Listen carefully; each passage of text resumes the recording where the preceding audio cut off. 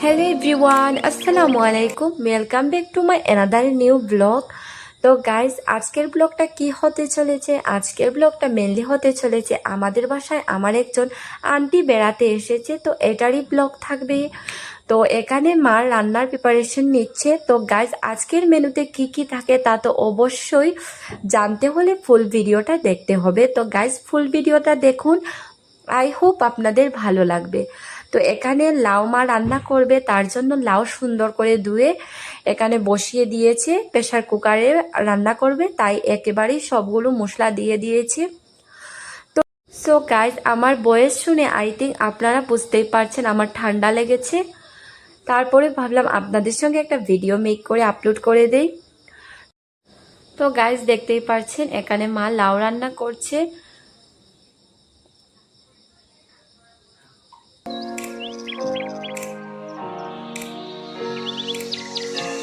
আর এইদিকে মা সুন্দর করে ছোট ছোট করে শিম কেটে রেখেছে, আই থিঙ্ক শিম দিয়ে আরও কি রান্না করবে। আর আমি এইদিকে ফ্রিজ থেকে শসা আর টমেটো বের করে নিয়েছি সালাড বানানোর জন্য।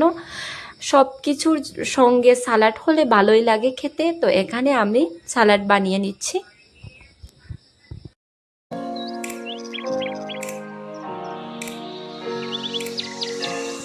তো গাইস দেখতেই পাচ্ছেন আমি টমেটো শসা সবগুলো সুন্দর করে কেটে এখন মাখিয়ে নিচ্ছি।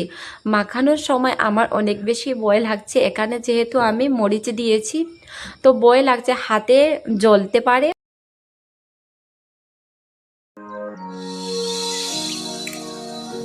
তো এখানে রুই মাছ দিয়ে অ্যাকচুয়ালি ঝোল বানাচ্ছে। তো এখানে মা এক এক করে মাছ দিচ্ছে।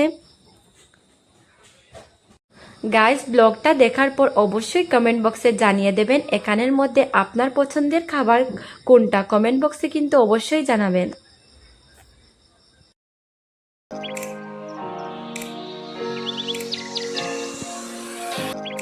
তো গাইস এখানে মায়ের অলমোস্ট রান্না কমপ্লিট, লাস্টে ধনিয়া পাতা দিয়ে দিচ্ছে। ধনিয়া পাতা দিলে আলাদাই ফ্লেভার লাগে, ভালোই লাগে খেতে। তো এইদিকে আপনাদেরকে প্রথমেই দেখিয়েছিলাম লাউয়ের কোষা, এইদিকে লাউয়ের কোষাও ভাজি করে নিয়েছিল।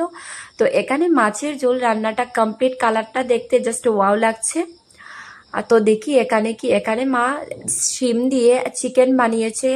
তো দেখতে মনে হচ্ছে সবগুলো খাবার অনেক বেশি ইয়াম্মি হবে গাইস, তো খেলে বুঝতে পারবো। তো আজকের ভিডিওটা এখানেই এন্ড করছি। আই হোপ আপনাদের ভালো লেগেছে। ভালো লাগলে অবশ্যই do like, comment, share and subscribe this channel.